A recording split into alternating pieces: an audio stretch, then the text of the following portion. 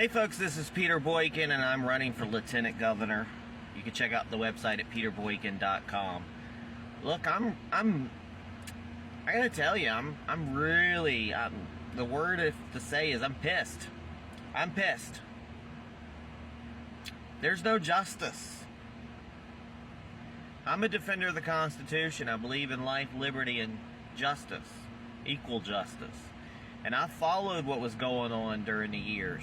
The Proud Boys and everything. Not exactly the Proud Boys of today. But those Proud Boys had to protect people like myself from waves of Antifa. And a lot of people try to say, oh, they're the little skinny, Antifa were a violent bunch. Antifa is a worldwide organization, or disorganization, who goes and they attack MAGA-loving people at rallies and cause problems. They wear all black.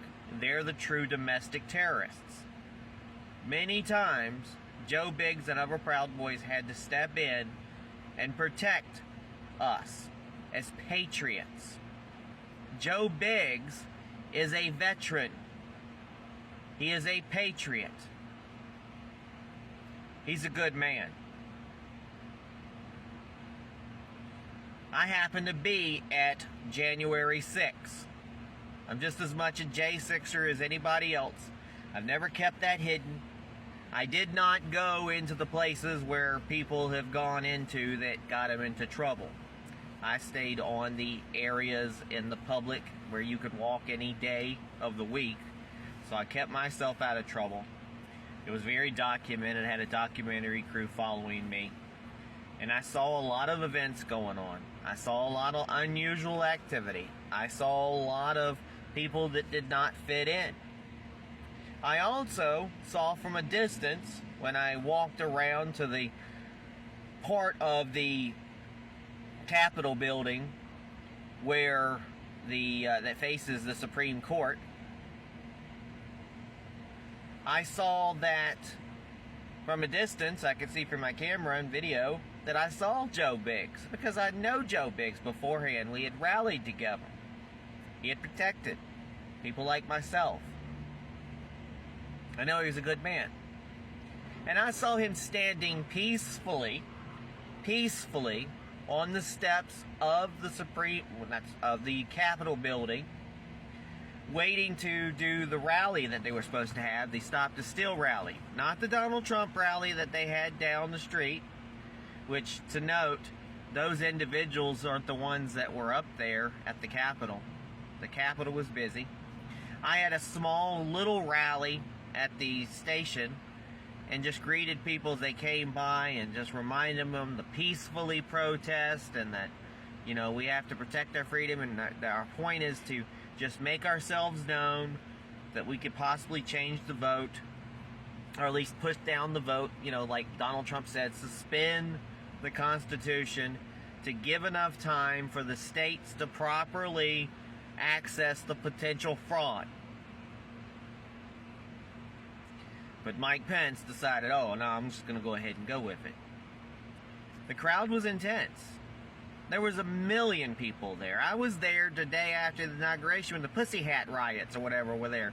The little pink-haired riots, were going on. Where people stood at the Lincoln Memorial, the Washington Monument. People like Madonna said, I dream of blowing up the White House. Did she go to jail? No. Did she get sentenced for 17 years? No.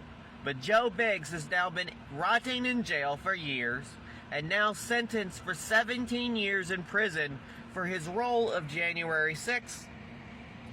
And I think they're even going after Enrique, who wasn't even there in Washington, D.C. He wasn't even allowed in D.C., but I think they're going after him too. I don't see how you can go after somebody who wasn't even there. And they're even talking about that Donald Trump shouldn't be able to run for president because, he intends the crowd for insurrection. Really? Really? You know what insurrection really is? What was going on during President Trump's campaign, or his presidency, They're in Seattle and Chaz, where they took over the Capitol building. They made their own little country. Did those people get in major trouble? No, Donald Trump left it up to the state to handle their business. Eventually, those people learned that you can't do that. That was insurrection. But in Washington, D.C., during the whole year, Antifa, BLM, not just in D.C. and other places, were taking over highways. We're showing up and looting. We're taking over historical landmark areas next to the White House that Donald Trump had to clear to go over and pray outside of the longest standing, basically the president's church, where those same people set fire to a nursery. Thank God no babies were killed. And everybody criticized Donald Trump for clearing out those crowds. Because there is no protection for people in D.C. because it's a mess when it comes to the police force. Police are all over. There's no real communication on what's going on. You got the Capitol Police, the Federal Police, the D.C. Police, and D.C. ain't doing nothing. They set fire to D.C. D.C., the District of Columbia, Washington, D.C., our capital was on fire from what they were doing. They invaded the Hart Building. That's where the congressional people have offices. Did a sit-in there. You had Congress people having sit-ins there in the Capitol building as well. Did any of those people get arrested? No, they did not. Did any of those people get charged with insurrection? No, they did not. Now, I am not saying that it was a good idea for those people to go entering the Capitol and raising hell. But 17 years, and I don't even know, I don't see any video. I haven't seen any video of Joe Biggs going into the Capitol or corralling people in the Capitol. I see Ray Epps telling people to do that. They're not doing anything to that guy. In fact, he's suing Fox News because people are talking about it. But you got Joe Biggs in there because y'all are targeting Proud Boys. Why don't y'all target Antifa, the real domestic terrorists? Why are you targeting American citizens? Better yet, veterans who could have laid down their lives for this country. And now you want to put them in jail for 17 years because what? They went inside the Capitol building? You shot one of them. You murdered one of them in the Capitol building. The police force trampled people. Rosanne Boyland was trampled to death while she had a "Don't Tread on Me" sign. And she suffocated and died. Philip Anderson almost died. It was holding her hand when she died. And there's an individual who pulled Philip out and many people. And they have him thrown away and they want to lock away the key. They even did this to Brandon Straka, who didn't even go inside.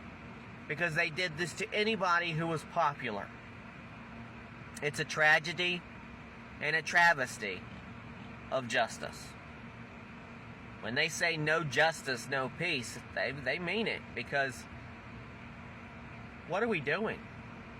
Where is the real rule of law? It's bad enough that they have convicted, 4 times, 5 times, 6 times, multiple times Donald Trump over small little stupid trivial matters about the campaign. It's bad enough they stole the campaign, but now they're throwing people away for questioning it. What kind of banana republic are we living in under Joe Biden? It can't happen. It can't continue like this. And I'm not like people who want to call civil war. No, we've got to work together. I'm an engagement manager, and that's my position in the future, that if I get in this position of lieutenant governor, I'll do the best I can to free our January 6th prisoners, our political prisoners, and to work with others, even Democrats or so, to try to heal America and try to fix election integrity and stop fraud in the future so we don't handle this again. My name is Peter Boykin. We the people means all the people. God bless. PeterBoykin.com. Please have peace.